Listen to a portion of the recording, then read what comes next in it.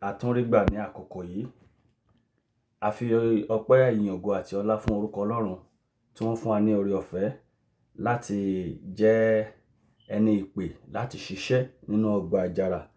Èmi máa ń sọ ní gbogbo ìgbà pé oore ọ̀fẹ́ ni pé tá bá ń pín iṣẹ́ Ọlọ́run tàbí ẹni tí a lè pè ní ìránṣẹ́ Ọlọ́run, àwa ò yẹ ní ẹni tí a lè jẹ́ ọ̀kan nínú wọn. Ṣùgbọ́n ẹni tí Ọlọ́run fẹ́ ló pè, ẹni tó pè ló yàn, ẹni tó sì yàn ló ṣe lógo, òun ló rán níṣẹ́.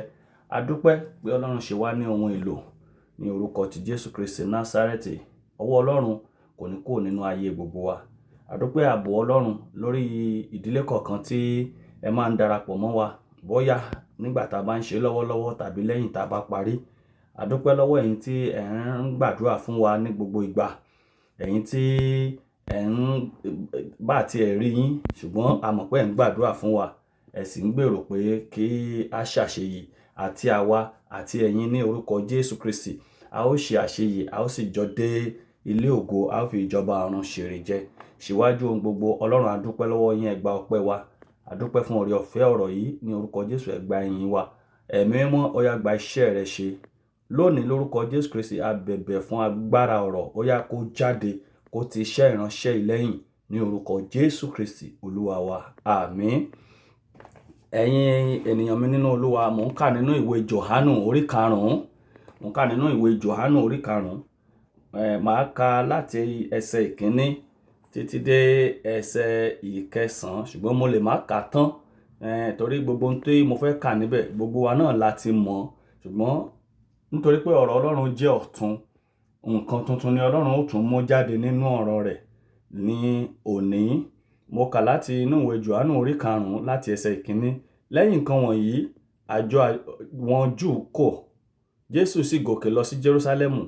Adágún omi kan sì wà ní Jerúsálẹ́mù létí ibodè àgùntàn tí à ń pè ní Bethesda ní èdè Hébérù, tí ó ní ìloro 5. Nínú wọ̀nyí lé ọ̀pọ̀ àwọn abirùn ènìyàn gbé dùbúlẹ̀ sí, àwọn afọ́jú, arọ àti àwọn gbígbẹ. Wọ́n sì ń dúró de rírú omi, nítorí áńgẹ́lì a máa dígbà sọ̀kalẹ̀ lọ sínú adágún náà, a sì máa rú omi. Lẹ́yìn ìgbà tí a bá ti rú omi náà tán, ẹnikẹ́ni tí ó bá kọ́ wọ inú rẹ̀ á di alára dídá nínú àrùn karùn tí ó ní. Ẹsẹ̀ 5. Ọkùnrin kan sì wà níbẹ̀, ẹni tí ó wà ní àìlera rẹ̀ lé ọdún 38. Bí Jésù sì ti rí ní ìdùbúlẹ̀, tí ó sì mọ̀ pé ó ti wà bẹ́ẹ̀, ó sì wí fún un pé, ìwọ fẹ́ kí a mú ọ lára dá bí? Ẹ jẹ́ kí n tún ẹsẹ̀ 6 yẹn kà. Bí Jésù ti rí ní ìdùbúlẹ̀, tí ó sì mọ̀ pé ó pẹ́ tí ó ti wà bẹ́ẹ̀, ó wí fún un pé, ìwọ fẹ́ kí a mú ọ lára dá bí? Abirùn náà dá lóhùn wípé, ọ̀gbẹ́ni, èmi kò lé ẹni tí ìbá gbé mi sínú adágún nígbà tí a bá ń rú omi náà. Bí èmi bá tilẹ̀ ń bọ̀ wá, ẹlòmíràn á ti sọ̀kalẹ̀ sínú rẹ̀ síwájú mi. Ẹsẹ̀ 7. Jésù wá wí fún un pé, dìde, gbé àkéte rẹ kí o sì máa rìn. Lọ́gán a sì mú ọkùnrin náà lára dá, ó sì gbé àkéte rẹ̀, ó sì ń rìn. Ọjọ́ náà sì jẹ́ ọjọ́ ìsinmi. Ẹ̀yin ènìyàn mi nínú Olúwa, mò ń bá wa sọ̀rọ̀ lórí kókó tí mo pè ní o nílò Jésù. Jésù ló nílò. Tá bá wo ọkùnrin abirùn yìí, a rí pé ó ti pẹ́ létí adágún odò Bethesda. Ó ti pẹ́, Bíbélì sọ pé ó ti wà níbẹ̀ fún ọdún 38, 38 years. Ọkùnrin abirùn yìí ń retí ọjọ́ kan tí ìwòsàn àti ìtúsílẹ̀ òun yóò dé, títí ọdún 38 fi bá létí adágún odò náà. Nítorí pé ènìyàn ló ń retí láti ran òun lọ́wọ́. Nítorí pé ìgbàgbọ́ rẹ̀ ń bẹ nínú odò, pé tí òun bá wọnú odò, ìgbà náà ni ìwòsàn òun yóò tó dé. Ọkùnrin pẹ́ létí adágún odò yìí nítorí pé kò gbé ojú rẹ̀ sókè kó béèrè pé níbo ni ìrànlọ́wọ́ rẹ̀ yóò ti wá, bí Dáfídì ṣe sọ. Ṣùgbọ́n ó gbé ojú rẹ̀ sí rírú ìgbà tí áńgẹ́lì ó rú omi, tí ó sì rí olùrànlọ́wọ́. Èyí ni ó gbójúlé. Ọkùnrin yìí ti ń retí ìrànlọ́wọ́ ènìyàn fún ọdún 38 láì rí. Ó ń retí ìrànlọ́wọ́ ènìyàn fún ọdún 38 láì rí ìrànlọ́wọ́ ènìyàn. Bóyá ìwọ náà ti pẹ́ nínú ìṣòro tó ń là kọjá, bóyá ìwọ náà ti fojú sọ́nà fún ìrànlọ́wọ́ àti àánú àti ìgbéga àti ìtẹ̀síwájú tó ò tiẹ̀ rí, bóyá àwọn tó yẹ kó ràn ọ́ lọ́wọ́ ò tiẹ̀ rò pé o wà níbì kan, bóyá wọ́n tiẹ̀ ń rí ẹ, wọn ò ṣe ẹ́ láàánú. Arákùnrin àti arábìnrin, ó ní ṣe ní pẹ̀lú ibi tí ìgbàgbọ́ rẹ wà, ó ní ṣe pẹ̀lú ẹni tó gbàgbọ́, ó ní ṣe pẹ̀lú ọkàn rẹ àti ìgbé ayé rẹ. Lọ́pọ̀ ìgbà àwọn ènìyàn ń fẹ́ ire ní ọwọ́ Ọlọ́run ṣùgbọ́n wọ́n jẹ́ ọ̀tá Ọlọ́run. Kò ṣeé ṣe kó o rí ire gbà lọ́wọ́ Ọlọ́run tó jẹ́ ọ̀tá rẹ̀. Ọlọ́run ó fẹ́ràn gbogbo aráyé, ó sì ṣe ọ̀nà àbáyọ fún ìgbàlà. Ó ti la ọ̀nà ìgbàlà sílẹ̀. Tètè kọ́kọ́ wá ìjọba Ọlọ́run náà àti òdodo rẹ̀. Ó ní ìyókù a ó fi kún. Ẹ jẹ́ kí n tẹ̀síwájú nínú ọ̀rọ̀ mi. Ọkùnrin yìí fi ìgbàgbọ́ rẹ̀ sínú adágún odò fún ọdún méjìdínlógójì. Nítorí kíni? Nítorí pé kò ronú ẹlẹ́dàá rẹ̀ tó dáa. Kò rántí pé Ọlọ́run tó dá òun, ó dá òun tẹ̀rùtẹ̀rù, ó dá òun tìyanu àtògótògó. Ibi tó ti yẹ kó wá ojú Ọlọ́run kò wá ojú Ọlọ́run. Ìrànlọ́wọ́ ènìyàn ló ń wá, ló fi pẹ́ létí adágún odò ní ọdún méjìdínlógójì. Rírú omi ló ń retí títí ó fi pẹ́ létí adágún odò. Bákan náà ni èmi àti ìwọ lénìí. Iye ọdún tó ti ń bá ogun àti ìṣòro yìí kò kan Jésù. Iye ọdún tó ti lò lójú kan bí adágún odò kò kan Jésù. Dáfídì wípé ní ọjọ́ tí èmi bá kígbe ni àwọn ọ̀tá mi yóò pẹ̀yìndà. Ó dijọ́ tó o bá ké pe orúkọ Olúwa Ọlọ́run rẹ pẹ̀lú ọkàn ìgbàgbọ́, kó o tó mọ̀ pé agbára Ọlọ́run bẹ nítòsí, kó o tó mọ̀ pé Ọlọ́run ló ń jẹ́ lọ́wọ́lọ́wọ́ ìrànlọ́wọ́ ní ìgbà ìpọ́njú. Bíbélì sọ pé kíyèsí ẹnikẹ́ni tó bá pe orúkọ Ọlọ́run la ó gbàlà. Ọ̀pọ̀ wa lónìí a gbé Ọlọ́run tì, àwa ń wá ènìyàn kiri. Ọ̀pọ̀ pọ̀ lórí òkè lónìí tó jẹ́ pé ó ti mú nọ́mbà, ó fẹ́ rí bàbá wòlíì, ṣùgbọ́n ẹni tó rán bàbá wòlíì níṣẹ́ ó jìnnà sí. Báwo ló ṣe jìnnà sí Ọlọ́run tó rán bàbá wòlíì níṣẹ́ tí nọ́mbà tó mú lórí òkè tó wà ní 200 tó fẹ́ rí bàbá wòlíì? Arákùnrin àti arábìnrin, ìwọ ló ń tan ara rẹ. A ò sọ pé kó má rí ìránṣẹ́ Ọlọ́run, a ò sọ pé Ọlọ́run ò lè rán ìránṣẹ́ Ọlọ́run sí ẹ. Ohun tá à ń sọ ni pé ǹjẹ́ o tilẹ̀ ní àkókò láti wá Ọlọ́run rí? Iṣẹ́ ìyanu rẹ̀ ń bẹ nítòsí, ìtúsílẹ̀ rẹ̀ ń bẹ nítòsí, ìtẹ̀síwájú ó ń bẹ nítòsí, ògo tó ń wá kiri ń bẹ lára rẹ̀, ó farasin ni. Ìwọ ò ṣe kọ́kọ́ ní Jésù náà. O nílò Jésù. Tó o bá ti wá rí pé o nílò Jésù, tó o ti ní Jésù, ìwọ fi Jésù lẹ̀, yóò ṣe ìtókù. Yóò ṣe kíni? Yóò ṣe ìtókù. Ṣùgbọ́n ó ṣe wá láàánú lónìí tó jẹ́ pé ọ̀pọ̀ wa à ń fi ẹ̀tẹ́ sílẹ̀, àwa ń wá làpálàpá kiri. A fi ẹ̀tẹ́ sílẹ̀, à ń pa làpálàpá. Dáfídì wípé ní ọjọ́ tí èmi bá kígbe, lọ́jọ́ náà ni àwọn ọ̀tá mi yóò pẹ̀yìndà. Jésù ń béèrè lọ́wọ́ rẹ̀ pé ǹjẹ́ ìwọ fẹ́ ká mú ọ lára dá bí? Jésù ń béèrè ìbéèrè yìí nítorí pé ó mọ̀ pé kò gbàgbọ́. Jésù ń béèrè ìbéèrè yìí torí pé ó mọ̀ pé aláròyé ènìyàn ni. Bí èmi àti ìwọ bá ṣe ń ṣàròyé lónìí, bí èmi àti ìwọ bá ṣe ń wá àwáwí lónìí, mi ò rí ẹni tí ó ràn mí lọ́wọ́ ni, mi ì rá láàánú ni, ǹjẹ́ ìwọ ń fẹ́ ká mú ọ lára dá bí? Ọkùnrin aláìsàn yìí ó ń fi àròyé àti ẹjọ́ wẹ́wẹ́ dá Jésù lóhùn nígbà tí Jésù béèrè lọ́wọ́ ẹ̀ pé ǹjẹ́ ìwọ ń fẹ́ ká mú ọ lára dá bí? Bákan náà ni ìwọ àti èmi, ó ti pẹ́ tá a ti ń ṣàròyé, ó ti pẹ́ nídìí àròyé, ó ti pẹ́ nídìí ẹjọ́ wẹ́wẹ́ àti ẹkún. Bẹ́ẹ̀ náà ni ìwé orin wa kan sọ pé ó ní ẹkún kò lè gbà mí bí mo tilẹ̀ fi ẹkún wẹjú. Àròyé ò lè gbà mí, ẹjọ́ wẹ́wẹ́ ò lè gbà mí. Kìkì pé kó o wá Jésù olùgbàlà rí, kìkì pé kó o wá Jésù olùwòsàn rí, kìkì pé kó o wá Jésù olùdáǹdè rí. Ẹlòmíì ń wá ìtúsílẹ̀ ṣùgbọ́n kò wá Ọlọ́run tó jẹ́ olùtúsílẹ̀. Ọ̀rọ̀ yìí máa ń pa mí lẹ́rìn-ín. Báwo ló ṣe máa wá ìtúsílẹ̀ láì mọ Ọlọ́run tó lè tú ọ sílẹ̀? Torí náà ni mo ṣe sọ, o nílò Jésù.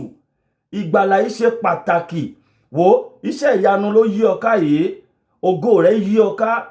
Ọlọ́run jẹ́ Ọlọ́run olùbùkún, ó jẹ́ Ọlọ́run aláàánú, ó jẹ́ akíríṣóre. Bẹ́ẹ̀ náà ni ó ṣetán láti ṣe tiẹ̀, ṣùgbọ́n ǹjẹ́ o ti kọ́kọ́ gba Ọlọ́run gbọ́ ná? ǹjẹ́ o wà nínú Ọlọ́run? Bíbélì sọ pé igbe àwọn olódodo ó dé etí Ọlọ́run. Bíbélì sọ pé etí Ọlọ́run kò dí sí igbe àwọn ọmọ rẹ̀. Ǹjẹ́ ọmọ Ọlọ́run ni ọ́? Bíbélì sì sọ ó ní etí Ọlọ́run kò dí láti gbọ́. Bẹ́ẹ̀ ni ojú Ọlọ́run ò fọ́ láti rí pé òun gba àdúrà. Ṣùgbọ́n báwo lo ṣe ń gba àdúrà? Ibo ló ń gbàdúrà sí? Ṣé olódodo ni ọ́? Ṣé ọmọ Ọlọ́run ni ọ́? Ìwọ náà wò gẹ́gẹ́ bí òbí. Ǹjẹ́ ọmọ rẹ lè ké kó má béèrè pé kí ló dé tó fi ń ké? Mélòó mélòó Ọlọ́run tó wá dá ọ. Ṣùgbọ́n ọmọ tó bá dágun lá sí òbí ẹ̀, tó bá ké ó ké lásán ni. Tó bá nídìí owó iléèwé, bàbá ò lè fún un nítorí pé ó ti kọ̀yìn sí bàbá rẹ̀. Ó ò lè kọ̀yìn sí ìgbàlà kó o sì fẹ́ ìdáǹdè. Ó ò lè kọ̀yìn sí olùgbàlà. Ó ò lè kọ̀yìn sí aláàánú kó o sọ pé òun fẹ́ àánú láti ọwọ́ rẹ̀. Bẹ́ẹ̀ ni o ní láti wá Jésù olùgbàlà rí. Ẹ̀yin ẹ wo gbogbo ibi tí Jésù Kristi lọ pátápátá, oore ló ń ṣe, ìwòsàn ló ń ṣe, dídá ara ló ń ṣe, ìtúsílẹ̀ ló ń ṣe, ìkọ́ni ló ń ṣe. Ó sì ń dárí ẹ̀ṣẹ̀ jìnì. Torí ẹ̀ ló ṣe sọ pé ọmọ ènìyàn ní agbára láti dárí ẹ̀ṣẹ̀ jìnì. Ó ní èwo ló rọrùn jù nínú pé adarí ẹ̀ṣẹ̀ rẹ jì ọ́ àti pé gbé àkéte rẹ kó máa rìn. Torí náà òun láti wá Jésù Kristi Olúwa rí. Òun láti wà nínú ìṣọ̀kan pẹ̀lú Jésù Kristi. Wà á rí pé gbogbo ohun tó ń lé yẹn ìrọ̀rùn ni. O ò nílò láti máa sá kiri. Nígbà tó o bá jẹ́ ọmọ Ọlọ́run, tó o mọ ojúbọ Ọlọ́run tòótọ́, o ò nílò láti máa sá kiri. Bákan náà, èmi àti ìwọ àti pẹ́ nídìí àròyé. Ẹ jẹ́ ká wá wò ìyàtọ̀ wà láàrin àwọn méjì nínú ọ̀rọ̀ mi. Ẹ jẹ́ ká lọ sínú ìwé Lúùkù. Ká ka ìwé Lúùkù orí kẹjọ. Ìwé Lúùkù orí kẹjọ. Tá a bá dé orí kẹjọ ká wo ẹsẹ̀ 43 to 48.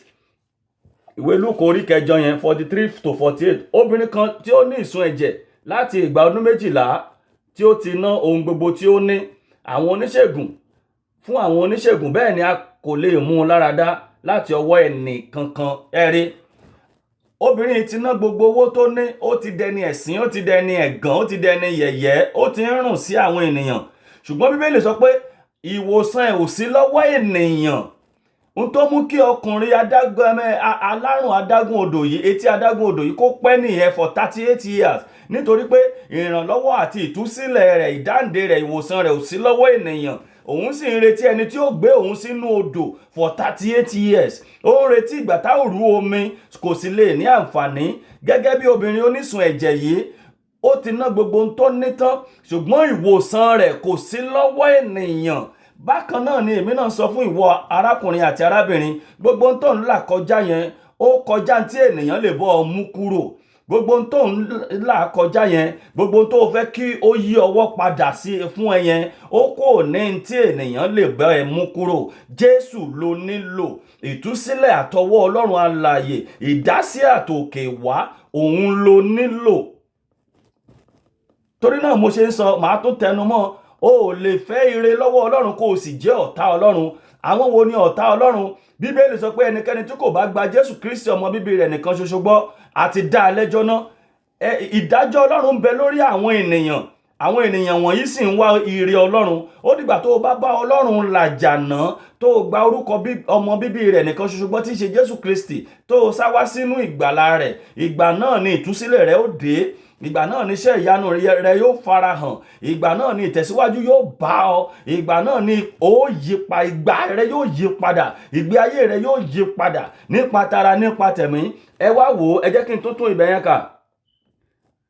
Obìnrin kan tí ó ní ìsun ẹ̀jẹ̀ láti ìgbà ọdún 12 tí ó ná ohun gbogbo tí ó ní. Bíbélì sọ pé ó ná ohun gbogbo èyí tí ó ní fún àwọn oníṣègùn, bẹ́ẹ̀ ni a kò lè mú un láradá láti ọwọ́ ẹnì kankan wá.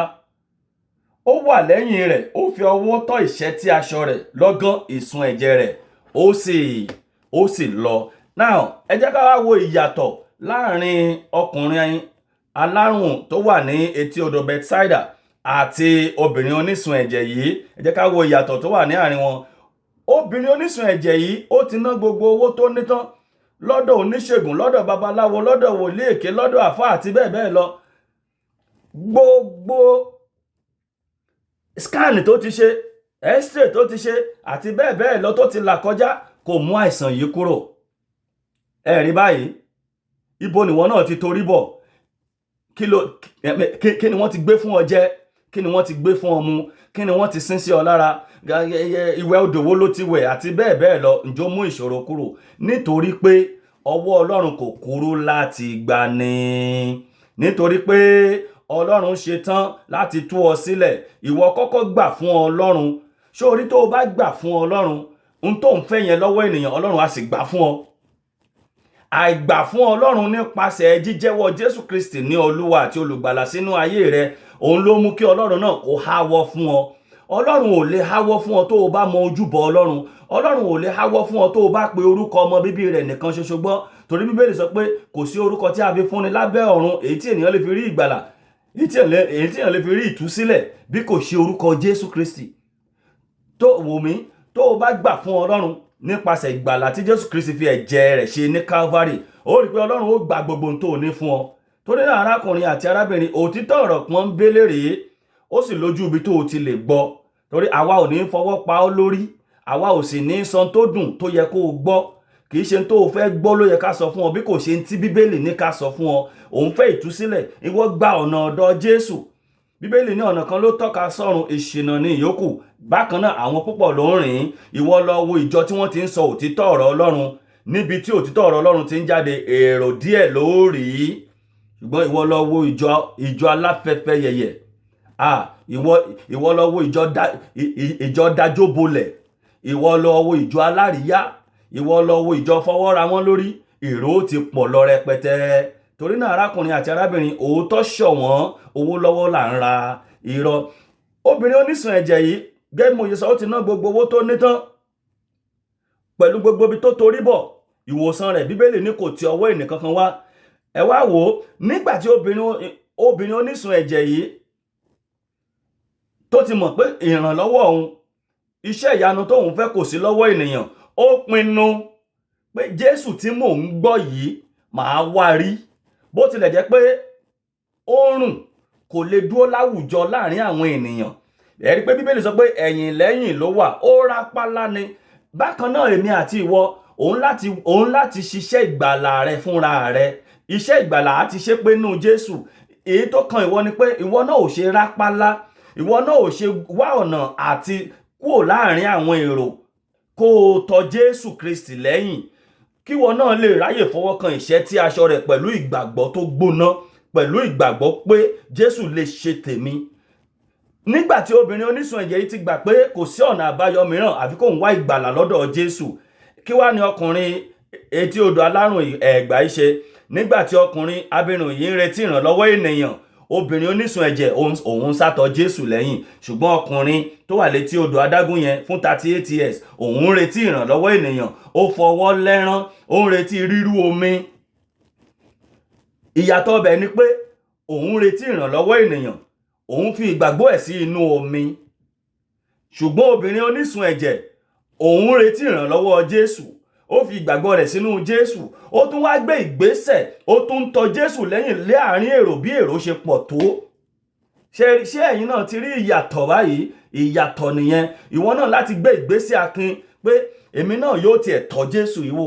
Àbájọ tí Bíbélì fi sọ pé tọ́ wò kó o sì rí pé rere ni Olúwa. O ò lè jẹ́ ọmọ Ọlọ́run láì gba ọ̀dọ̀ ọmọ Ọlọ́run. You cannot become the child of God without taking through the channel of the child of God, the only begotten Son, who is Jesus Christ. Òótọ́ ọbẹ̀ nìyẹn. Òtítọ́ tó wà ní ibẹ̀ nìyẹn. Nígbà tí obìnrin onísun ẹ̀jẹ̀ yìí tó rápálá láàrin èrò, tó ti gbàgbọ́ pé Jésù ló lè bóun ṣe, tó sì gbé ìgbésẹ̀ akin, tó fi ìgbàgbọ́ rẹ̀ sínú Jésù, tó ń tọ Jésù lẹ́yìn pé níjọ́ kan màá ṣáà lè fọwọ́ kan ìṣẹ́tí aṣọ Jésù. Ọkùnrin onísun ẹ̀jẹ̀ yìí, òun bu ẹ̀kẹ́ dání, ó wà létí odò, ó ń retí ìrànlọ́wọ́ ènìyàn, ó fi ìgbàgbọ́ rẹ̀ sí inú omi. Nígbà tí ọkùnrin abirùn yìí tó gbàgbọ́ nínú gbígbé sọ sínú odò, obìnrin onísun ẹ̀jẹ̀ yìí gbàgbọ́ wípé bí òun bá ṣáà ti lè fọwọ́ kan ìṣẹ́tí aṣọ Jésù, ìwòsàn dé. Ẹ rí, obìnrin onísun ẹ̀jẹ̀ yìí gbàgbọ́ wípé Jésù ni òun nílò fún ìyanu òun. Ṣùgbọ́n ọkùnrin tó wà létí odò yẹn, nǹkan tó sọnù nínú ayé rẹ̀, òun ni àìní Jésù. ọkùnrin tó wà ní etí odò adágún odò for 38 years ohun tó sọnù ni pé àìbá Jésù pàdé.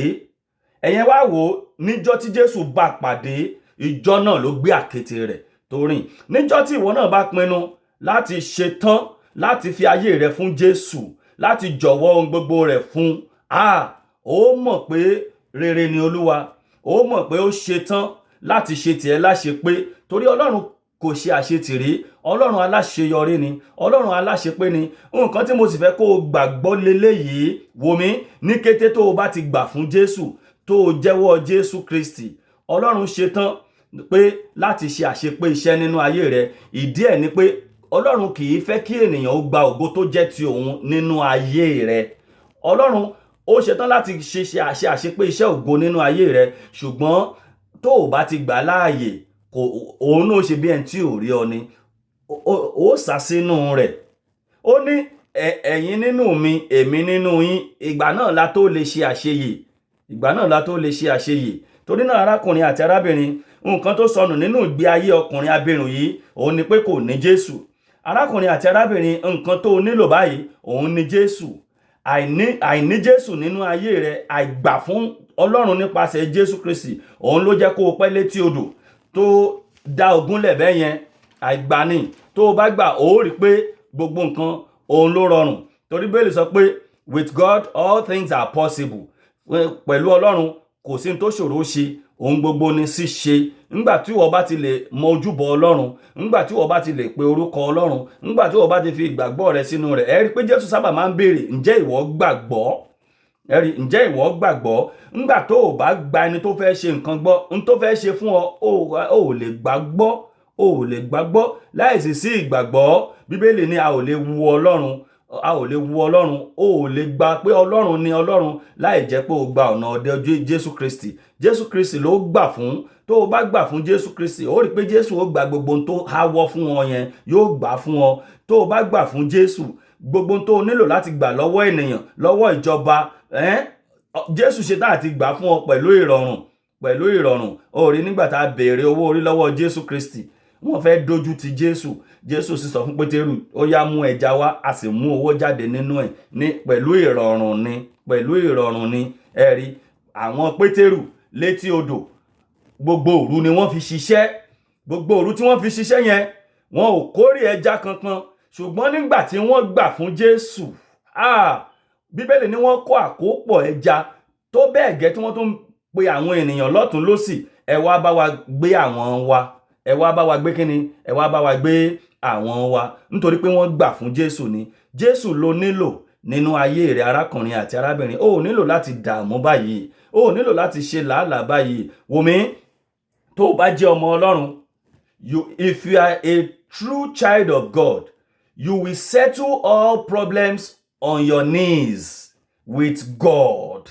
tó o bá jẹ́ ọmọ Ọlọ́run tòótọ́, gbogbo ìṣòro rẹ orí ìkúnlẹ̀ ló ti yanjú ẹ̀. láì kó nínú kọ̀rọ̀ yàrá ẹ̀. tó bá wá di pé ó díjú títí tó rí pọ́rọ̀ yìí ti díjú, ó tọ̀ àwọn ìránṣẹ́ Ọlọ́run rẹ lọ, ẹ tún jọ fi ẹ̀mí gbàdúrà. ó rí pé ẹ ti pé méjì, ẹ ti pé mẹ́ta, wàá rí pé ọ̀rọ̀ yẹn yóò yanjú. àdúrà tó o bá gbà títí nínú kọ̀rọ̀ yàrá rẹ, tó o bá tètè rí èsì, tọ̀ ìránṣẹ́ Ọlọ́run rẹ lọ. bóyá àwọn àṣírí kan wà tí Ọlọ́run fẹ́ jẹ́ kí àwọn ìránṣẹ́ Ọlọ́run tú fún ọ. mo sì mọ̀ pé Ọlọ́run ń lo àwọn ènìyàn Ọlọ́run, àwọn ìránṣẹ́ Ọlọ́run tòótọ́ ń bẹ, àwọn wòlíì Ọlọ́run tòótọ́ ń bẹ, àwọn tó ń sọ òtítọ́ wọ́n ń bẹ. ọ̀rọ̀ tó o bá lè yanjú lórí ìkúnlẹ̀ pẹ̀lú Ọlọ́run ẹlẹ́dàá rẹ, tó àwọn ìránṣẹ́ Ọlọ́run tòótọ́ lọ, wọn ò tún tọ́ ọ sọ́nà. Ọlọ́run òtítọ́ ni, Ọlọ́run olódodo ni, kò sì ní kó ọ̀rọ̀ rẹ̀ jẹ lórí rẹ̀, yóò sì mú ìlérí rẹ̀ ṣẹ. àìní Jésù ló mú ọpẹ́ nínú ogun àti ìlàkọjá rẹ yẹn o. that is just a basic truth. wò mí, tó o bá jẹ́ ọmọ Ọlọ́run tòótọ́, I am still telling you this, ìwọ̀nba làdúà ọ̀tá tó gbà. tó o bá jẹ́ ọmọ Ọlọ́run tòótọ́, ìwọ̀nba làdúà ogun tó gbà. ìwọ̀nba àdúà ogun tó gbà yẹn, òun ni pé kí ọ̀tá má borí rẹ nínú ìrìn àjò ẹ̀mí, kí ọ̀tá má borí rẹ àwọn ọmọ rẹ àti ìdílé rẹ nínú ìrìn àjò ẹ̀mí. ó ti tán. nítorí ìlérí Ọlọ́run dájú pé èmi yóò fi ẹ̀mí ènìyàn rọ́pò ẹ̀mí rẹ. ìlérí Ọlọ́run dájú pé òun ó ṣe tó ń ṣe tèmi ní àṣepé. ìlérí Ọlọ́run dájú pé èmi àti àwọn ọmọ tọ́lọ́run fi fún mi á dá wa tẹ̀rùtẹ̀rù àti ìyanu tìyanu. Ìlérí Ọlọ́run pọ̀ nínú Bíbélì, ṣùgbọ́n nítorí pé a kọ̀ láti wá sí ọ̀dọ̀ Ọlọ́run, a kọ̀ láti gbà ìgbàlà èyí tí Jésù Kristi fi ẹ̀jẹ̀ rẹ̀ ṣe, a kọ̀ láti wà nínú Ọlọ́run. Òun ló mú ẹ̀rí kí ni Bíbélì sọ, ó ní àlàáfíà púpọ̀ la sọnù, a sì ti jẹ ìrora pọ̀ nítorí a kò fi gbogbo nǹkan sí àdúrà. Èèyàn mélòó ló ń gbàdúrà nù wa? Èèyàn mélòó ló gbàgbọ́ nínú Ọlọ́run nípasẹ̀ Jésù Kristi? Torí náà ni mo ṣe ń sọ, arákùnrin àti arábìnrin, àìní Jésù ló ń dá iṣẹ́ ìyanu àti ẹ̀rí rẹ dúró. Ó rí pé ẹ̀rí ń bẹ ní ara rẹ. Àwọn ènìyàn fẹ́ bá ọ gbégbá ọpẹ́. Àwọn ènìyàn ń wò pé ìjọ́ wo ni yóò tó dáa fún ọ. Àwọn ènìyàn ń wò pé ìjọ́ wo ló tó kúrò ní ìgbé ayé ojú kan. Ẹ̀rí Ọlọ́run sọ nínú Bíbélì fún ọmọ Ísírẹ́lì, ó ní ẹ̀yin ó ti yí òkè yí pẹ́ tó. Àwọn èèyàn wò pé àṣebélé yìí ń sin Ọlọ́run, níjọ́ wo ló tó ní ẹ̀rí. Ìwọ náà ni kó yẹ ara rẹ wò pé ǹjẹ́ o mú ìdúró rẹ nínú Jésù? Ǹjẹ́ o mú ìdúró rẹ nínú Ọlọ́run?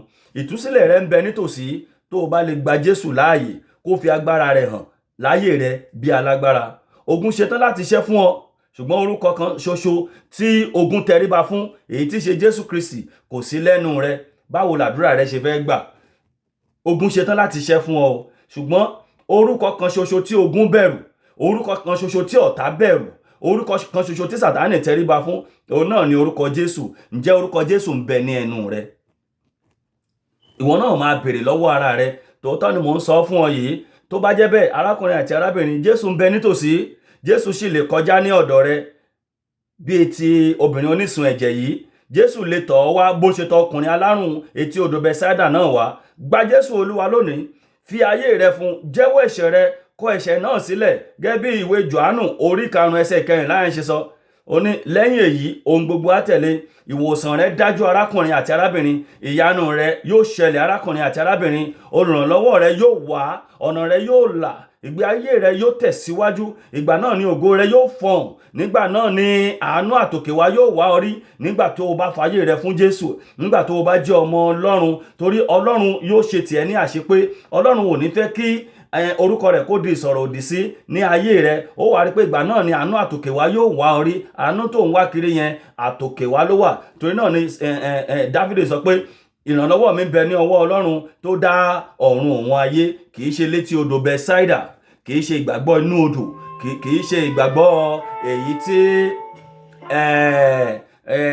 ó mú ọpẹ́ létí odò tí òun retí ènìyàn. So lágbára Ọlọ́run, ẹ jẹ́ kí adarí mi láti gba àwọn àdúrà kan. Ẹ jẹ́ ká jọ gba àwọn àdúrà kan. Tàbá àdúrà yẹn kò ju bí 5-6 lọ. Mo sì gbàgbọ́ pé tó o bá fi ìgbàgbọ́ bá mi lọ nínú àdúrà yẹn, tí wọ́n náà ń gba tiẹ̀ níbikíbi tó wà, ní orúkọ ti Jésù Kristi Násárẹ́tì, ọ̀run àánú yóò ṣí fún wa. Àdúrà wa yóò sì gbà. Ó sì mọ àkókò yìí sí rere, torí ò ń béèrè ìrànlọ́wọ́ lọ́wọ́ Ọlọ́run. Jésù tó lè pèsè olùrànlọ́wọ́ fún ọ kò sí láyé rẹ̀. Ṣé ìwọ náà rí? Ò ń béèrè àánú. Jésù tí ń ṣe aláàánú jùlọ, ó ní. Ò ń béèrè iṣẹ́ ìyanu. Jésù tó ń jẹ́ oníṣẹ́ ìyanu, ǹjọ́ wà láyé rẹ̀? O kàn ń lọ chọ́ọ̀chì ni. Ǹjọ́ o ní ìbápàdé ìgbàlà tòótọ́? Wò mí, jẹ́ kí n sọ nǹkan fún ọ ní òní. Ọlọ́run máa ń gbọ́ràn sí àwọn ọmọ rẹ̀ lẹ́nu. Tó o bá jẹ́ ọmọ Ọlọ́run tòótọ́, ó pàṣẹ ni. Honestly, ó pàṣẹ ni. Ìwọ wò ó, Ṣádárákì, Méṣákì àti Àbẹ́dínígò, wọ́n sọ fún ọba pẹ̀lú ìgboyà pé gbọ́ ìwọ ọba, àwa ò ní tẹríbalẹ̀ fún ọ. Tó bá jẹ́ pé iná ni, ó yá, let's go. Ìwàláàyè Ọlọ́run bẹ pẹ̀lú wọn. A kò lè fọwọ́ kàn wọ́n. Òun fẹ́ láti rógolò láyé. Jésù ọba ògo gan, ǹjọ́ ń bẹ láyé rẹ̀? Wọ́n sọ Dáníẹ́lì sínú kìnìún. Ọlọ́run ti tẹ́lẹ̀ dé. Bákan náà ni èmi àti ìwọ. Àṣẹ ló pa. Torí ìwàláàyè Ọlọ́run ó wà láyé rẹ̀. Pọ́ọ̀lù ní èmi ru àpá Kristi kiri, kí ẹnikẹ́ni kó má ṣe yọ mí lẹ́nu mọ́. Àṣẹ ló pa. Nítorí pé ó ń ru àpá Kristi kiri. Ǹjọ́ ò ń ru àpá Kristi kiri? O sì ń fẹ́ kí iṣẹ́ ìyanu. Ò ń fẹ́ ìbùkún. Ǹjẹ́ Jésù olùbùkún jùlọ ń bẹ ní ayé rẹ̀?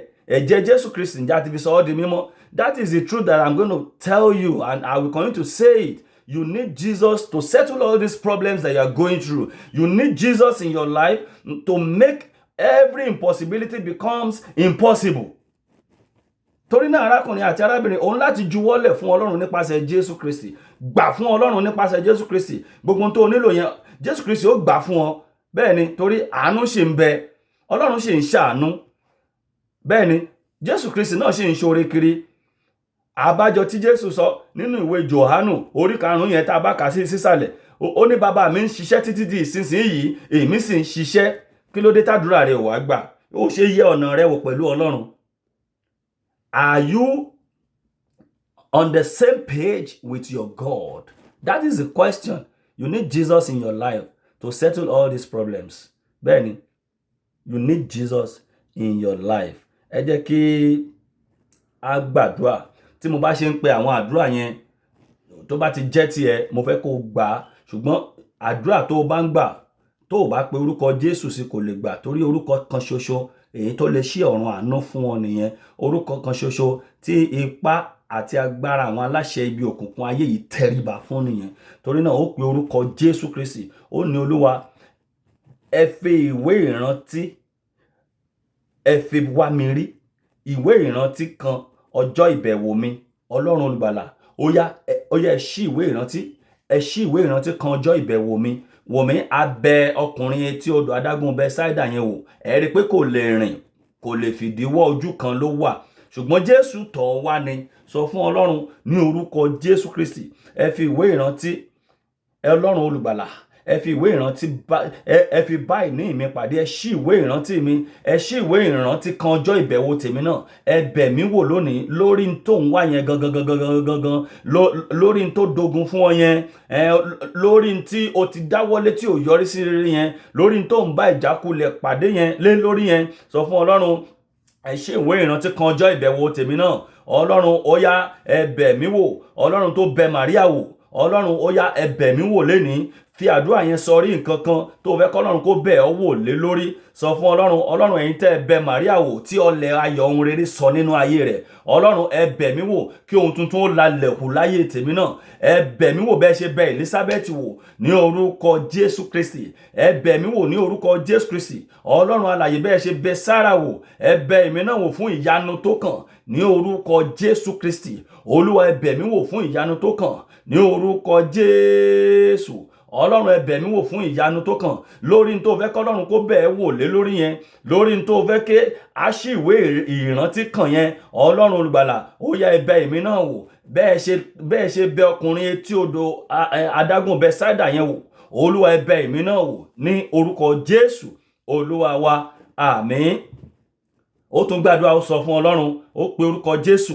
Ó sọ pé Olúwa, ẹ pàṣẹ ìgbédìde mi ní orúkọ Jésù kó lójú kan. Ẹ pàṣẹ ìtẹ̀síwájú mi ní orúkọ Jésù Kristi. Wò mí, ó lè níwèé ìgbélú ó tiẹ̀ lè jọmọ nílùú. Má jẹ́ kí n tàn, ibi tẹ́ni tí ò níwèé tó ti ń gbé nǹkan ribiribi ńláńlá ṣe, lọ wo àwọn tó ń rìn kiri. Bẹ́ẹ̀ ni, lọ wo àwọn, sórí àwọn ogun kan wà, wọ́n á jẹ́ kó wọṣọ tó dáa, wọ́n á jẹ́ kó lo mọ́tò tó dáa, ṣùgbọ́n wọ́n fi iná bí aṣọ ojú ọ, èyí tí wọ́n gan ò lè pa. Wọ́n fi iná bí aṣọ ojú ọ tó ò lè sọ síta, ṣùgbọ́n àwọn èèyàn wò pé ò ń dán. Ṣùgbọ́n mo fẹ́ kó o mọ̀ pé ohun gbogbo tó ń dán kọ́ ni wúrà. Bẹ́ẹ̀ ni, ohun gbogbo tó ń dán òun kọ́ ni wúrà. Lọ wò ó ohun tí àwọn ènìyàn ń là kọjá. Lọ wò ó, nítorí pé àlàáfíà púpọ̀ la sọnù, a sì ti jẹ̀rora pọ̀ nítorí pé kí ni irú àwọn àdúrà báyìí a ò gbà á. Tó o bá sì ń gbà á, wò ó irú àdúrà wo ló ń gbà, níbo lo ti ń gbàdúrà. Tó bá jẹ́ bẹ́ẹ̀, arákùnrin àti arábìnrin, mo fẹ́ kó o gba àdúrà yìí. Ó pe orúkọ Jésù Kristi. Ó ní Olúwa, ẹ pàṣẹ ìgbédìde mi lórúkọ Jésù. Ẹ pàṣẹ ìtẹ̀síwájú mi lórúkọ Jésù. Èmi náà fẹ́ gbé àkéte. Ìwọ ò tiẹ̀ nílò láti gbé àkéte. Lójú ẹsẹ̀ àkéte yẹn ó fọ́ dànù ni. Torí bẹ́ẹ̀ ni ó ṣeé ṣe kí èèyàn tún padà sórí àkéte, ṣùgbọ́n ìwọ lórúkọ Jésù Kristi ò ní padà sórí àkéte. Ní kété tí a bá ti pàṣẹ ìgbédìde rẹ, ní kété tí Ọlọ́run alààyè aláṣẹ alágbára tó bá ti pàṣẹ ìtẹ̀síwájú rẹ kúrò lójú kan, a ti fọ́ àkéte náà, a sì ti dáná sun ní orúkọ Jésù. Olúwa, ẹ pàṣẹ ìgbédìde mi ní orúkọ Jésù Kristi. Olúwa, ní orúkọ Jésù, pẹ̀lú àṣẹ Ọlọ́run tí ò ṣe é dá dúró, ẹ pàṣẹ ìtẹ̀síwájú mi, kí ayé mi kó gba ìtẹ̀síwájú. Ó yá lórúkọ Jésù, ìgbé ayé mi ó yá gba ìtẹ̀síwájú, ìgbé ayé mi ó yá gba ìtẹ̀síwájú ní orúkọ Jésù Kristi Olúwa wa. Àmín. Ó tún gbàdúrà, ó sọ fún Ọlọ́run, Olúwa, ẹ pàṣẹ ìrọ̀rùn, ẹ fi àṣẹ ìrọ̀rùn gbé mi dìde kúrò lójú kan ní orúkọ Jésù Kristi Násárẹ́tì. Olúwa, ẹ fi àṣẹ ìrọ̀rùn gbé mi dìde kúrò lójú kan. O nílò àṣẹ ni Jésù pa. Ó ní dìde, gbé àkéte rẹ kó sì máa lọ, kó sì máa rìn. Bẹ́ẹ̀ ni àṣẹ ni, kò sì sẹ́ni tó takò. Nígbà tí Jésù Kristi rán àwọn ọmọ ẹ̀yìn pé ẹ lọ sí ìletò náà, ẹ lọ tú kẹ́tẹ́kẹ́tẹ́ àti ọmọ rẹ̀ sílẹ̀. Ó ní tá a bá rí, kò sọ pé a ó rí. If peradventure we see anybody that says who sent you, kò sì sí àwọn tó sì béèrè, wọn ò ní àṣẹ láti sọ pé ẹ má tú. Bẹ́ẹ̀ ni Ọlọ́run lè ṣe oore fún ọ káyé fẹ́ takò, ṣùgbọ́n wọn ò ní àṣẹ láti gba oore náà lọ́wọ́ rẹ. Tí Ọlọ́run bá ṣe oore fún ayé, ò ní àṣẹ láti dá oore náà padà. Torí náà arákùnrin àti arábìnrin, mo fẹ́ kó gbàdúrà yìí, kó pe orúkọ Jésù. Olúwa, ẹ fi àṣẹ ìrọ̀rùn gbé mi dìde kúrò lójú kan. Àṣẹ tí ò ṣe é takò, àṣẹ Ọlọ́run alààyè tó fi dá ayé òun àti ọ̀run, àṣẹ tí ò ṣe é dá dúró ní orúkọ Jésù Kristi. Olúwa, ẹ fi gbé mi dìde kúrò lójú kan, ẹ fi mú ayé mi tẹ̀síwájú ní ìrọ̀rùn ní orúkọ Jésù. Ẹ fi àṣẹ náà mú ayé mi tẹ̀síwájú ní ìtura. Ó yá gbàdúrà yẹn kó sọ fún Ọlọ́run. Àdúrà yẹn ṣe pàtàkì gan ní orúkọ Jésù Olúwa wa. Àmín. Jẹ́ n ṣàlàyé àdúrà yẹn kó yé ọ. Wò mí, inú Ọlọ́run ò dùn sí ìgbé ayé tí kò tẹ̀síwájú. Mo fẹ́ kó mọ̀, Ọlọ́run dá ọ láti wá mú àwọn nǹkan kan ṣẹ ni. Tó bá wà nínú ilé ìsìn tó ti ń jọ́sìn, tí wọ́n sọ pé wọ́n fẹ́ ra generator 10 million naira. Àwọn tí ò tú ọ tí Ọlọ́run ràn lọ́wọ́, tọ́lọ́run bùkún, láàrin ara wọn kàn dẹ̀ pera wọn ju àwọn bíi 5, wọ́n dẹ̀ gbé 10 million yẹn lẹ̀. Wọ́n kàn wá sọ nínú ìjọ pé ókè o, owó yìí ti pé o, ṣùgbọ́n tá a bá rí ẹni tí Ọlọ́run tún mí sí o, kọ́bọ̀ kò dẹ̀ lè jáde lọ́wọ́ rẹ̀. Nítorí kíni? Ìgbé ayé tí ò tẹ̀síwájú ni. Wò mí, Ọlọ́run sọ fún Mósè nígbà tí Mósè tó kọjú padà sí Ọlọ́run pé ogun Fáráò rèé lẹ́yìn, òkun pupa rẹ̀ níwájú. Ọlọ́run sọ fún Mósè pé sọ fún àwọn ènìyàn mi kí wọ́n tẹ̀síwájú. Èyí já sí pé Ọlọ́run jẹ́ Ọlọ́run ìtẹ̀síwájú. Ìgbé ayé tí ò tẹ̀síwájú, inú Ọlọ́run ò dùn sí, kò mú ìlérí ṣẹ. Ìgbé ayé tí ò sèso kò mú inú Ọlọ́run dùn. Nítorí pé Ọlọ́run fẹ́ kó wá sáyé, kó wá sèso ní nípa tara, nípa tẹ̀mí. Nípa tẹ̀mí. Bó o gbé Bíbélì wàásù fún ènìyàn, ǹjọ́ mọ̀ pé ìgbé ayé rẹ lè wàásù fún ènìyàn. Bó o gbé Bíbélì wàásù fún ènìyàn, wò mí, owó tó o gbélẹ̀ pé kí wọ́n fi tẹ tracts, owó tó o gbélẹ̀ pé kí wọ́n fi ra bíi 5,000 copies of Bible, owó tó o gbélẹ̀ pé kí wọ́n fi ra ọkọ̀ fún ìyìn rere, ǹjọ́ mọ̀ pé iṣẹ́ Ọlọ́run náà ni òun ṣe yẹn. Ṣùgbọ́n ńgbà tó ò rí kankan ṣe, arákùnrin àti arábìnrin, inú Ọlọ́run ò dùn sí ìgbé ayé tí ò sèso, inú Ọlọ́run ò dùn sí ìgbé ayé tí ò tẹ̀síwájú. Torí náà ni Ọlọ́run ṣe sọ fún Mósè pé sọ fún àwọn ènìyàn mi kí wọ́n ó tẹ̀síwájú. Ó tún àdúrà yẹn gbà. Ọlọ́run, ẹ fi àṣẹ ìrọ̀rùn gbé mi dìde kúrò lójú kan, káyé tèmi náà tẹ̀síwájú, kí ayé tèmi náà sèso. Ó yá bẹ̀rẹ̀ sí gbàdúrà ní orúkọ Jésù Kristi. Mo fún ọ ní ìṣẹ́jú kan láti gba àdúrà yẹn. Àdúrà yẹn ṣe pàtàkì. Ọlọ́run, ẹ fi àṣẹ ìrọ̀rùn gbé mi dìde kúrò lójú kan, kí ayé tèmi náà tẹ̀síwájú, kí ayé tèmi náà sèso ní orúkọ Jésù Kristi Násárẹ́tì. Jẹ́ kí ayé mi ó tẹ̀síwájú. Ọlọ́run, ẹ gbé mi dìde pẹ̀lú àṣẹ ìrọ̀rùn. Ó yá, ẹ gbé mi kúrò lójú kan pẹ̀lú àṣẹ ìrọ̀rùn. Ẹ mú mi kúrò ní ojú kan tí mo ti ń pòyì tògótògó ní àṣẹ ìrọ̀rùn. Jésù Kristi Olúwa wa. Àmín. Àdúrà wa kù bí mélòó kan. Mi ò fẹ́ pẹ́, ṣùgbọ́n bí Ọlọ́run ṣe fẹ́ kó rí nìyẹn. Torí náà la ṣe fi gbogbo ògo àti ọlá àti ìyìn fún Ọlọ́run alààyè. Ó gba àdúrà, ó pe orúkọ Jésù. Ó ní gbogbo agbára tó ń pe ìgbédìde mi lẹ́jọ́, Ọlọ́run ẹ bà agbára náà jẹ́. Wò mí, àwọn èèyàn lẹ́yìn tí Jésù Kristi gbé ọkùnrin abirùn etí odò yẹn dìde, àwọn èèyàn àríyànjiyàn bẹ̀rẹ̀. Wọ́n tako iṣẹ́ ìtúsílẹ̀ tí Jésù ṣe. Wọ́n nítorí pé ó jẹ́ ọjọ́ ìsinmi, agbára wo ni Jésù ní láti tú yàn sílẹ̀, àti bẹ́ẹ̀ bẹ́ẹ̀ lọ. Wọ́n tako iṣẹ́ ìyanu yẹn, wọ́n tako ìtẹ̀síwájú àti ìgbédìde arákùnrin náà. Ó sọ fún Ọlọ́run gbogbo agbára tó ń pe ìgbédìde mi lẹ́jọ́ níjọba òkùnkùn, Olúwa ó yá ẹ bà agbára náà jẹ́ ní orúkọ Jésù. Ọlọ́run ẹ bà agbára náà jẹ́. Agbára tó ń tako ìgbédìde mi ní orúkọ Jésù, ẹ bà agbára náà jẹ́. Agbára tó ń tako ìtẹ̀síwájú mi, agbára tó ń tako àṣeyọrí mi, agbára tó ń tako àṣeyọrí sí rere mi, agbára tó ń tako ìgbé ayé ìrọ̀rùn mi. Olúwa lórúkọ Jésù, Olúwa ó yá ẹ mú agbára náà balẹ̀.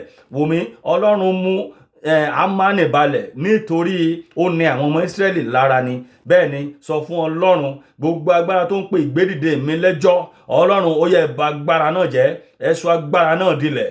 Olúwa lórúkọ Jésù Kristi, gbogbo ipá àti agbára èyí tó ní mi ò ní mú ìlérí ṣẹ ní orúkọ Jésù Kristi, Ọlọ́run ẹ bà agbára náà jẹ́. Gbogbo ipá àti agbára èyí tó sọ pé ayé mi ò ní lọ bá a ti kọ̀wé rẹ̀, Olúwa ẹ bà agbára náà jẹ́. Hẹ́rọ́dù sọ pé ìgbé ayé Jésù Kristi ò ní lọ bá a ṣe kọ̀wé rẹ̀. Bíbélì sọ pé nígbà tí Hẹ́rọ́dù kú tán, tí àwọn ọ̀tá ọmọ náà kú tán, a sì dá ọmọ náà padà sí Ísírẹ́lì.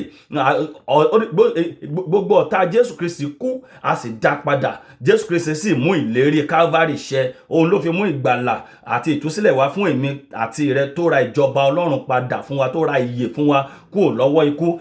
Tún àdúrà yẹn gbà. Gbogbo agbára tó ń pe ìgbédìde mi lẹ́jọ́, gbogbo agbára tó ń pe ìṣerere mi lẹ́jọ́, gbogbo agbára tó ní mi ní gbégbé ayé ìrọ̀rùn, ó yá ní orúkọ Ọlọ́run àwọn ọmọ ogun, Ọlọ́run ẹ bà agbára náà jẹ́ ní orúkọ Jésù Kristi. Ó yá sọ fún Ọlọ́run, mo gba agbára àti àṣẹ ìtẹ̀síwájú. Ó yá àṣẹ ló ń pa báyìí ní orúkọ Jésù Kristi. Mo gba agbára àti àṣẹ ìtẹ̀síwájú ní orúkọ Ọlọ́run àwọn ọmọ ogun. Mo gba agbára àti àṣẹ ìtẹ̀síwájú. Àdúrà ní Jábésì gbà, a sì yí ìpín rẹ̀ padà, ó sì di ẹni ìtẹ̀síwájú, ojú rẹ̀ kò sì rí ibi, ó sì gbòòrò, ó sì di ńlá. Àdúrà náà ni ìwọ náà ń gbà báyìí. Ọlọ́run tó gbọ́ ẹkún àti àdúrà àti ẹ̀bẹ̀ Jábésì, ó ń bẹ láàyè. Nítorí náà arákùnrin àti arábìnrin, gbàgbọ́ pé ọ̀rọ̀ tiẹ̀ yóò níyanjú.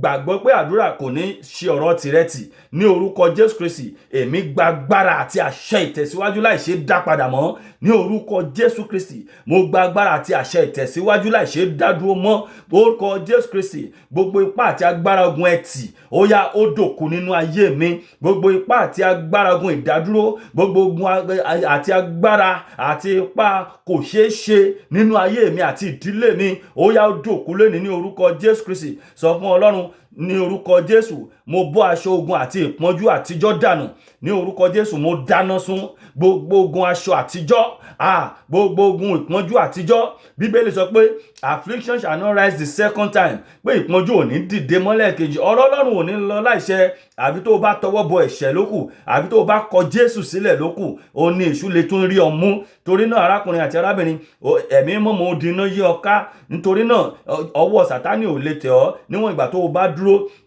nínú ìwà mímọ́ Ọlọ́run, níwọ̀n ìgbà tó o bá dúró nínú ìtọ́ni àti ìṣísẹ̀ Ọlọ́run. Arákùnrin àti arábìnrin, gba àdúrà yẹn ní orúkọ Jésù. Èmi àti ìdílé mi, mo bọ́ aṣọ ogun àti ìpọ́njú àtijọ́ dànù. Mo bọ́ aṣọ ogun àti aṣọ ìpọ́njú àtijọ́ dànù. Ìpọ́njú ò tún rí ṣe láyé mi mọ́. Ogun ò tún jà mọ́ láyé mi. Mi ò tún padà sẹ́yìn mọ́ lórúkọ Jésù Kristi Násárẹ́tì. Ọlọ́run ìtẹ̀síwájú, ó yẹ darapọ̀ mọ́ ìrìn àjò ayé mi látòní lọ ní orúkọ Jésù Kristi Olúwa wa. Àdúrà àmín. Ẹ má bínú, àdúrà ikú díẹ̀. Mi ò fẹ́ dánu dúró. Mo fẹ́ ká gba àwọn àdúrà yẹn tán ni. Ó gba àdúrà, ó ní orúkọ Jésù. Ìsun ẹ̀jẹ̀ gbèsè, orísun ẹ̀jẹ̀ àìní, orísun ẹ̀jẹ̀ àìsàn, orísun ẹ̀jẹ̀ ìdádúró ojú kan, ó yá ẹ má sùn mọ́. Ẹgbẹ́ lónìí. Ẹgbẹ́ lónìí.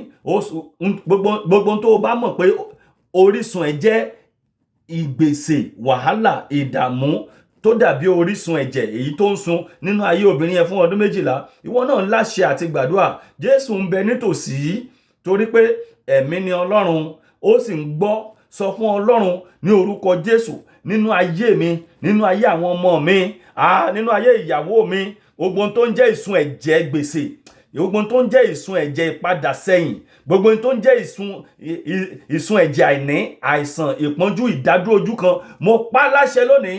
Ó yá ẹgbẹ́ dànù, ẹgbẹ́ láyé mi. Ẹ má sùn mọ́ ní orúkọ Jésù. Ẹ má sùn mọ́ ní orúkọ Jésù. Ẹgbẹ́ dànù. Ṣé tàìsàn ní tiẹ̀? tó dàbí orísun ẹ̀jẹ̀. Sọ fún Ọlọ́run, torí pé Ọlọ́run ni orísun ẹran ara, ẹni tí ohun kankan ò ṣòro ṣe fún. Ohun tó dàbí orísun ìpọ́njú nínú ayé rẹ, sọ fún Ọlọ́run. Ọlọ́run tó ran Jábésì lọ́wọ́, Ọlọ́run tó mú Ẹ́sítérì kúrò nílẹ̀ẹ́lẹ̀ tó sọ di ayaba, Ọlọ́run tó mú Mọ́dékáì kúrò ní ẹnu ọ̀nà tó sọ di senior special assistant ọba, tó sọ di senior special adviser ọba. Ọlọ́run lè ṣe tiẹ̀ jù bẹ́ẹ̀ lọ ní orúkọ Baba, Ọmọ àti Ẹ̀mí Mímọ́. Gbogbo tó dàbí ìsun ẹ̀jẹ̀, gbèsè, àìní, àìráláàánú, àìrólóore, ẹgbẹ́ nínú ìdílé mi, ẹgbẹ́ láyé mi, ní orúkọ Jésù Kristi Olúwa wa. Àmín. Ó wá gba eléyìí, ó faraya, ó pe orúkọ Jésù Kristi. Ó ní gbogbo àkéte tó dá mi dúró sétí odò, tó sọ mí di aláìsàn, aláìsàn. Ẹni tí ò bá ní, aláìsàn ni.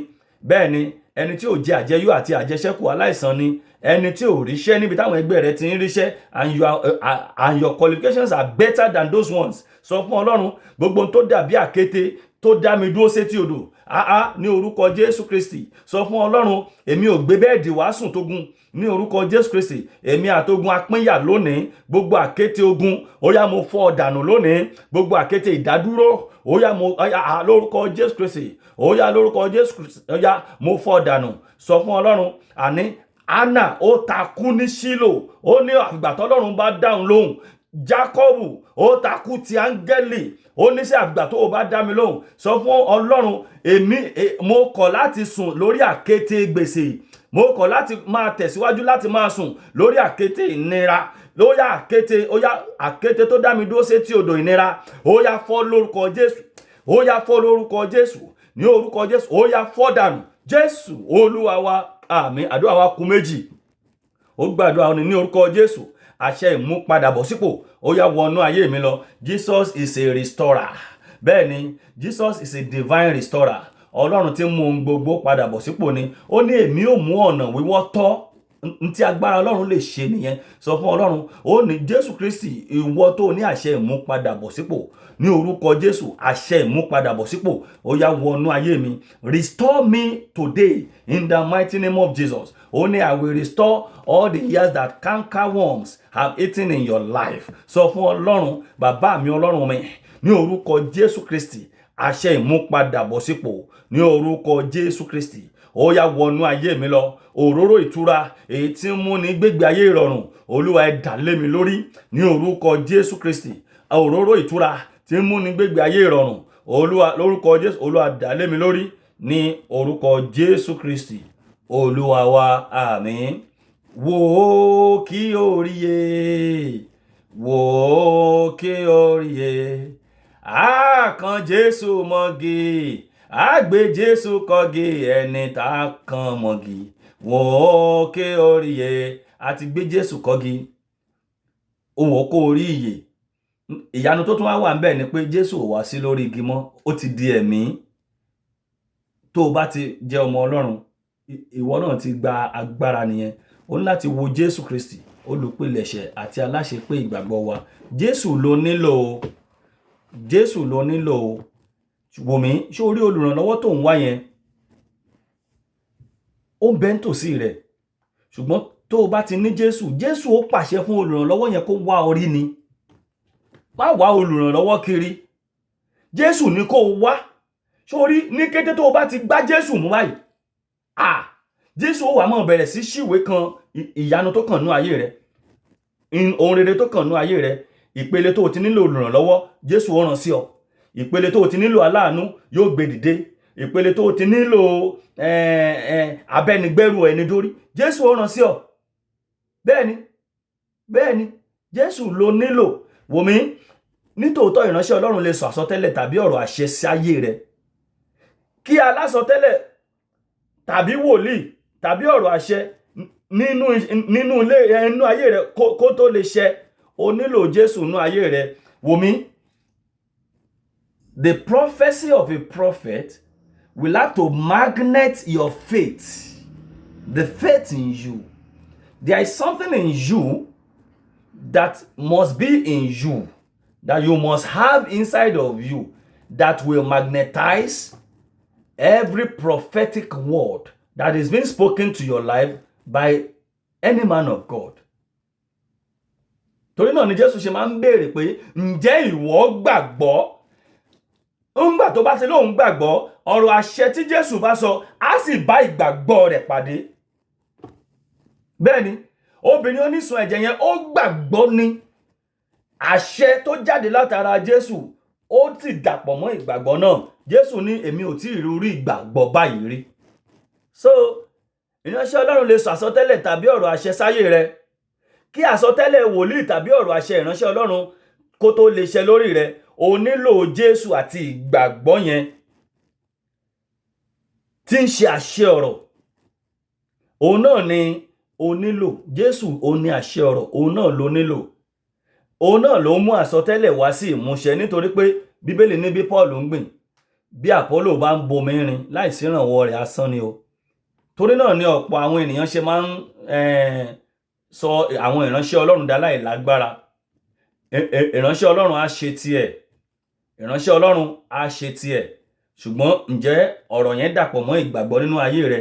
ǹjẹ́ àṣẹ tí ìránṣẹ́ Ọlọ́run àti wòlíì Ọlọ́run tó pa sínú ayé rẹ, ǹjọ́ bá ìgbàgbọ́ pàdé nínú ayé rẹ? Jésù ló nílò. bẹ́ẹ̀ ni, Jesus is Lord. ǹjọ́ o gbàgbọ́ bẹ́ẹ̀? ǹjọ́ o ní ìgbàlà? ìgbàlà ni kó o kọ́kọ́ wá, iṣẹ́ ìyanu rẹ yóò di ṣíṣe. Jésù ló nílò. mo gbàdúrà pé ní orúkọ Jésù Kristi, Ọlọ́run yóò bá ìní ìwọ àti èmi pàdé títí di ìgbà míì tí Ọlọ́run ó fún wa ní oore ọ̀fẹ́ pé ká pàdé. mo yan Ọlọ́run lógo fún ẹ̀bùn ọ̀rọ̀ yìí. mo yan Ọlọ́run lógo fún ẹ̀bùn ẹ̀mí mímọ́ àti ìtọ́ni ọgbọ́n ìmọ̀ àti òye láti ọ̀run wá. mo yan Ọlọ́run lógo fún ìgbéró ní orúkọ tí Jésù Kristi. Ọlọ́run á di gbogbo wa mú. ro ohun tí Ọlọ́run bá ọ sọ lónìí. wò mí, ṣàròyé níbà, má rojọ́ wẹ́wẹ́ mọ́, má wá ènìyàn kiri mọ́. n tó lè wá ìránṣẹ́ Ọlọ́run fún òun ni láti jẹ́ pé kí wọ́n fi ọ̀rọ̀ ìgbàlà hàn án. nǹkan kan tó lè mú ọ máa wá wòlíì kiri, nǹkan kan tó lè mú ọ máa wá ìránṣẹ́ Ọlọ́run kiri ni pé dádì, mọ́mì, ẹ jọ̀ọ́ báwo la ṣe ń gba Jésù? dádì, mọ́mì, báwo lèèyàn ṣe ń di ọmọ Ọlọ́run? dádì, mọ́mì, ẹ jọ̀ọ́ báwo lèèyàn ṣe ń rí ìgbàlà? n tó lè mú ọ máa wá ìránṣẹ́ Ọlọ́run kiri rèé o. tó bá jẹ́ pé n tí mo kà sílẹ̀ yìí kọ́ ló mú ọ wá àwọn ìránṣẹ́ Ọlọ́run kiri, o ò lè rí ìyanu. èpè kọ́. ńgbà tí wọ́n bá fi ọ̀nà Ọlọ́run hàn, tí wọ́n fi ìgbàlà hàn àti bí ó ṣe di àtúnbí, tó o bá dẹni ìgbàlà tó o dàtúnbí, ó wàá rí àdúrà tí àwọn ìránṣẹ́ Ọlọ́run tó ń sátọ̀ tí wọ́n bá gbà fún ọ, ó rí pé yóò ṣiṣẹ́ nínú ayé rẹ. ẹ má jẹ́ ká sọ àwọn ìránṣẹ́ Ọlọ́run di èké, ẹ má jẹ́ ká sọ àwọn wòlíì di èké, nítorí pé àwa la ò jẹ́ kí iṣẹ́ wọn ó yọ. ìwọ kọ́kọ́ gbàgbọ́, gba Jésù sínú ayé rẹ, ó rí pé àṣẹ wòlíì yóò múlẹ̀ nínú ayé rẹ ní orúkọ Jésù Kristi Olúwa wa. àmín.